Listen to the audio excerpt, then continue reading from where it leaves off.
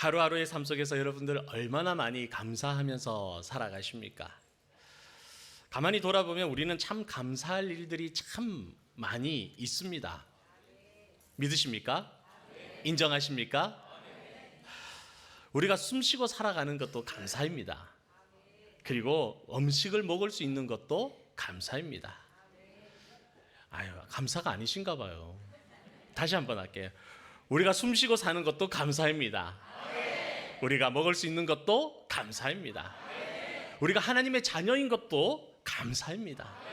그리고 우리가 영일만교회 성도인 것도 큰 감사입니다. 그리고 무엇보다 우리가 이 세상 떠나면 어디로 가죠? 천국에 나의 집이 있을까요? 없을까요? 있어요. 누가 지으셨어요? 하나님이 손수 지으신 집이 천국에 준비되어 있다고 하나님 말씀 우리에게 알려주십니다. 그 집이 있으니 겁날 게 뭐가 있습니까? 그 모든 것이 하나님의 은혜이고 감사인 줄로 믿습니다. 아멘. 그런데 우리는 너무나 익숙한 일상 속에서 이렇게 많은 감사의 이유를 잊고 살아갈 때가 많아요. 그래서 늘 세상 속에서 불평과 불만과 그 안타까움으로 가득 찬 삶을 살아갈 때가 많은 것을 고백하게 됩니다. 말씀을 준비하면서 보니까 이 모습이 또 나의 모습이기도 하거든. 또 우리의 모습일 수도 있겠다라는 생각이 들었어요. 그런데 사도 바울은 우리가 예수 그리스도 안에서 감사하면서 살아가는 삶, 이것이 우리 신앙의 핵심이라는 것을 말씀해 주고 있습니다. 오늘 말씀을 통해서 우리의 마음과 삶을 감사로 가득 채우는 귀한 성도님들 되시기를 주님의 이름으로 축복합니다. 먼저 우리가 감사로 가득한 삶을 살기 위해서는 그리스도의 평강이 우리의 마음을 다스리게 해야 됩니다. 오늘 본문 15절 말씀을 보면 바울은 그리스도의 평강이 너희 마음을 어떻게 해요? 주장하게 하라, 다스리게 하라, 그렇게 말씀하세요. 여기서 평강은 단순히 갈등이 없는 그런 상태를 말씀하시는 것이 아니라 예수님께서 주시는 구원의 기쁨과 안정감으로, 흔들리지 않는 안정감으로 온전함을 이루는 것을 말씀하고 있습니다. 예수님은 십자가를 통해서 하나님과 우리 사이에 화목을 주셨어요. 평안을 주셨어요. 그리고 이 화목과 평안은 그 어떤 누구도 갈라놓을 수 없는 그런 평안이요, 기쁨인 것입니다. 여러분, 우리가 이 세상을 살아가는 우리의 모습을 가만히 돌아보면 우리는 늘 아름다운 초원 위에 그림 같은 집을 짓고 사랑하는 우리 님과 한평생 살고 싶어요. 그게 우리의 마음이에요. 그림 같은 집을 짓고 사랑하는 우리 님과 한평생을 살고 싶은데, 그런데 여러분, 그렇게 살 수가 있던가요? 이 세상에 그 삶이 허락되던가요? 때로는 볕이 들지 않는 지하에 곰팡이가 가득한 집에서 살아갈 때도 있고, 때로는 판자촌에서 비가 막 새는 그런 집에 살아갈 때도 있습니다. 그리고 사랑하는 님과 한평생을 살고 싶지만 우리는 부모님을 떠나보내고 배우자를 떠나보내고 심지어는 자녀를 떠나보내는 아픔을 겪으면서 살아가는 게 우리의 인생이에요. 우리는 이것을 너무나 잘 알고 있습니다. 피할 수 없다는 것도 너무나 잘 알고 있어요.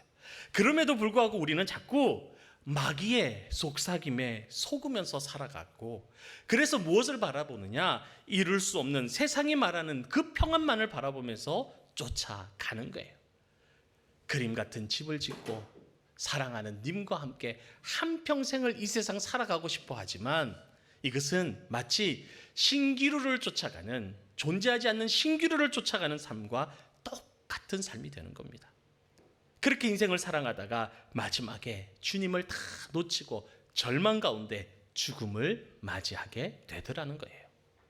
여러분, 맑은 계곡물이 흐르고 아름다운 초원 위에 집을 짓고 사는 것도 평안이지만 비바람이 몰아치는 절벽 끝에서 어미 품에 안겨서 잠이 든 아기 새의 그 마음, 그 모습도 평안인 줄로 믿습니다. 여러분, 주님이 주시는 그 세상에서의 평안은 바로 이런 평안이에요. 그림 같은 집을 짓고 사는 평안이 아니라 절벽 속에서도, 비바람이 몰아치는 폭풍 속에서도 주님과 함께 있음에 평안을 누리는 그 평안, 기쁨을 누리는 그 평안, 그것이 주님이 주시는 평안인 줄로 믿습니다. 세상의 그 어떤 역경도 환경도 빼앗을 수 없는 평안, 마치 어미 품에서 단잠을 이루는 그 아기 새와 같은 평안이 주님이 주시는 평안이요, 우리가 이 세상에서 누려야 될 평안이라는 것이에요. 그래서 요한복음 14장 27절 말씀을 보면 예수님은 제자들에게 이렇게 말씀하십니다.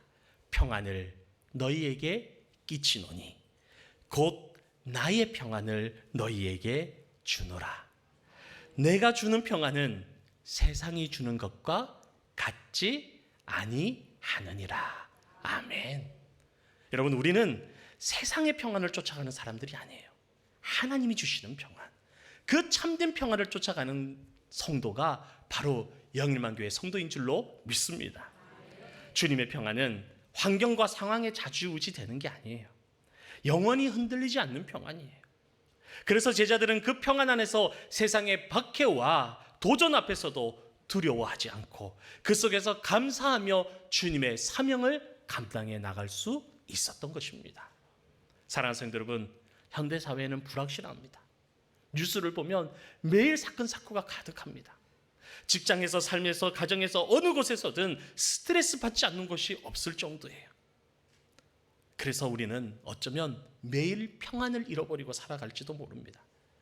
그러나 하나님의 사람은 그 속에서도 하나님의 평안을 찾는 사람들입니다. 우리의 평안은 환경과 상황에서 오는 것이 아니라 예수 그리스도께서 주시는 구원의 은혜 가운데 오는 것입니다. 주님과의 관계 속에서 찾는 것입니다. 이 관계와 이 평안을 누리는 여러분 되시기를 주님의 이름으로 축복합니다. 이 평강이 우리를 다스릴 때 우리 삶 속의 모든 순간순간마다 감사가 넘쳐나게 될 줄로 믿습니다. 두 번째, 우리의 삶이 감사로 가득하기 위해서는 하나님의 말씀으로 풍성한 삶을 살아가야 될 줄로 믿습니다. 16절 말씀에 바울은 그리스도의 말씀이 너희 속에 풍성히 거하게 하라라고 말씀하세요. 여러분, 주의 말씀은 내 삶을 인도하는 빛입니다. 이정표입니다. 하나님의 은혜를 깨닫게 하는 통로입니다. 그게 주의 말씀이에요. 그래서 하나님의 말씀이 우리의 마음과 생각을 가득 채울 때 우리는 감사로 가득해지는 거예요. 불평불만이 밀려나고 사라지고 하나님의 은혜만이 충만해지는 것입니다. 지난 금요일 다니엘 기도회 때 김유비 목사님의 간증처럼 풍성한 하나님의 말씀 속에서 돌아보면 우리의 고난도 하나님의 특별한 계획하심이 있다라는 거예요. 그 고난이 괜히 오는 것이 아니라 하나님이 그 고난을 통해서 나를 성장시키고 준비시키시고 하나님의 사역을 위하여 한 걸음 나아가게 하는 도구로 사용하시더라는 것입니다. 하나님 말씀 속에서 그걸 보고 나니 내 입술에 뭐가 나올까요? 감사가 나오는 거예요. 고난 속에서 불평이 아니라 하나님의 뜻을 바라보며 이겨내고 감사하게 되더라는 것입니다. 그래서 다윗은 시편 119편에 하나님의 말씀에 깊은 사랑을 고백하며 이렇게 말합니다. 주의 말씀은 내 발의 등이요 내 길의 빛이니이다. 주의 말씀이 그렇다라는 거예요. 여러분, 이것은 그 당시에 다윗의 고백이기도 하지만 동시에 오늘 살아가는 저의 고백이요 여러분의 고백이 되어야 될 줄로 믿습니다. 저도 지나온 모든 시간과 사건들을 바라보면 모든 것이 하나님의 은혜였습니다. 세상으로 빠지지 않고 하나님의 말씀을 쫓아서 걸어갔더니 그 말씀이 내 발의 등이 되었고 내 길에 빛이 되어 주었습니다. 그래서 여러분, 목양실에 한번 와보세요. 목양실에 오면 액자가 하나 탁 걸려 있어요. 거기에 뭐라고 써 있느냐? 주의 말씀은 내 발의 등이요 내 길의 빛이니이다 라고 써 있어요. 제가 아는 어떤 장로님께서 붓글씨를 잘 쓰시는 장로님이신데 하나 써주겠다, 뭘 원하느냐 물으시길래 이 말씀 써주세요 했더니 장로님이 쫙 써주셨어요. 그래서 날마다 그걸 바라보면서 그래, 하나님 말씀을 따라가자 다짐하고 다짐하는 것입니다. 사랑하는 성도 여러분, 우리는 하나님의 말씀을 통해서 삶의 방향을 찾고 우리를 인도하시는 하나님께 날마다 감사함으로 나아가게 될 줄로 믿습니다. 오늘 우리는 스마트폰과 인터넷 등을 통해서 정말 엄청난 양의 정보 속에서 살아갑니다. 하나님을 바라볼 틈이 없습니다. 하나님의 말씀을 바라볼 틈이 없어요. 그런데 그 정보와 홍수는 우리에게 무엇을 주나요? 스트레스와 불안과 비교와 우리의 삶을 하나님께로 멀어지는 그것을 제공하는 통로가 되고 있어요. 여러분, 이러한 시대일수록 우리는 더욱 변치 않는 하나님의 말씀으로 내 삶을 가득 채워야 될 줄로 믿습니다. 그래야 세상 속에서 흔들리지 않는 것입니다. 내 마음을 지키는 거예요. 저도 핸드폰을 보다가 내려놓을 때는 뭐라고 하면서 잠이 드냐면 피곤하다 그러고 잠이 들어요. 그런데 성경을 보고 말씀을 준비하고 새벽 준비를 하다가 자려고 할 때는 나도 모르게 속에서 그 말씀 속에서 하나님 감사합니다 이런 말씀이 나와요. 사랑하는 성도 여러분, 하나님의 말씀은 살아있습니다. 내 삶을 움직이고 더 풍성한 감사의 자리로 우리를 인도하여 주실 줄로 믿습니다. 이제 다시 말씀의 풍성함으로 감사의 삶을 살아가는 여러분 되시기를 주님의 이름으로 축복합니다. 끝으로 모든 일에 감사하며 주 예수의 이름으로 살아가시기를 바랍니다. 사랑하는 성도 여러분, 우리는 주님의 거룩한 자녀입니다. 맞으세요? 주님의 거룩한 자녀 맞으세요? 아멘. 거룩한 백성 맞으십니까? 맞아요. 우리는 하나님의 거룩한 자녀예요. 아동부 용어로 말을 하면 하나님의 거룩한 왕자와 공주예요. 하늘나라에. 얼마나 귀한 신분입니까? 그렇기 때문에 세상 사람들이 어떠한 모습으로 살아갈지라도 우리는 그 모습을 본받지 않고 우리의 모든 말과 행동이 주의 거룩함을 나타내야 돼요. 성도의 기쁨을 나타내야 돼요. 하나님께 영광 돌리는 삶을 걸어가야 되는 것입니다. 그래서 우리 교회는 봉사할 때 누구의 입술로 말하라고요? 예수님의 입술로 말하라는 거예요. 누구의 모습으로 헌신하라고요? 예수님의 모습으로 헌신하라고 말씀드리는 것입니다. 그래서 오늘 본문 17절 말씀을 보면 또 무엇을 하든지 말에나 일에나 다 주 예수의 이름으로 하고 그를 힘입어 하나님 아버지께 어떻게 하라고요? 감사하라라고 말씀하세요. 여러분, 바울은 빌립보서에서 자신은 어떠한 형편에 처하든지 어떠한 상황에 처하든지 자족하는 법을 배웠다고 말씀하십니다. 그래서 바울은 어떤 어려움 속에서도 핍박 속에서도 환경 속에서도 항상 뭐 할 수 있느냐? 감사할 수 있는 거예요. 감옥에 갇혔어도 매를 맞을 때도 하나님 앞에 감사할 수 있는 거예요. 그리고 예수 그리스도의 이름으로 모든 것을 감당할 수 있다라고 고백합니다. 여러분, 우리가 잘 알듯이 호주의 닉 부이치치 목사님은 팔과 다리가 없는 지체장애자로 태어났어요. 팔도 없고 다리도 없어요. 여러분, 그 모습만 보면 얼마나 절망적입니까? 얼마나 불행합니까? 그런데 그는 그 자신의 모습 속에서도 무엇을 찾느냐? 감사를 찾았어요. 그리고 자신의 삶을 사명으로 여겼어요. 누구의 이름으로요? 예수님의 이름으로. 그는 자신의 장애에도 불구하고 전 세계를 다니면서 하나님의 사랑과 감사의 중요성을 전하는 사역을 하고 있습니다. 그의 삶은 예수 그리스도의 이름으로 감사하는 것이 얼마나 큰 힘이 되는지, 얼마나 큰 능력인지를 삶으로 몸소 보여주는 삶을, 그 증거를 걸어가고 있었던 겁니다. 사랑하는 성도 여러분, 우리의 삶의 모든 순간순간들은 예수님의 이름으로 감사하는 고백의 삶이 되시기를 축복합니다.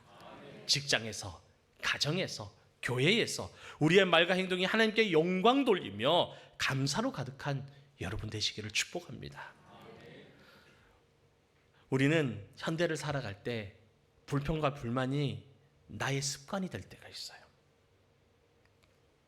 특히 학생들은 그 아이들끼리 통하는 언어가 있다 보니 그것을 사용 안 하면 왠지 따돌려지는 것 같고 그 무리에 끼지 못하는 것 같아서 하나님의 자녀임을 알면서도 내 입술은 세상을 따라갈 때가 있어요.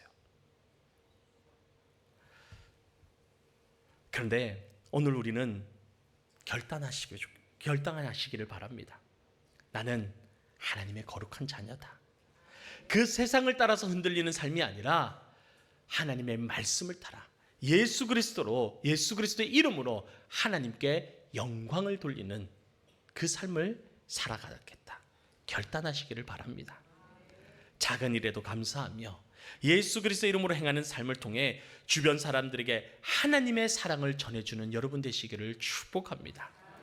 감사는 단순한 우리의 감정이 아니라 우리 중심에 자리 잡은 믿음의 태도입니다. 하나님께 올려드리는 우리의 사랑의 고백인 거예요. 오늘 추수감사주의를 맞아 다시 한번 주님의 크신 은혜에 감사하며 복잡하고 힘든 오늘의 삶 속에서도 감사의 마음이 나의 삶의 중심이 되며 믿음의 고백을 하나님께 올려드리는 영일만의 모든 성도 되시기를 주님의 이름으로 축원합니다.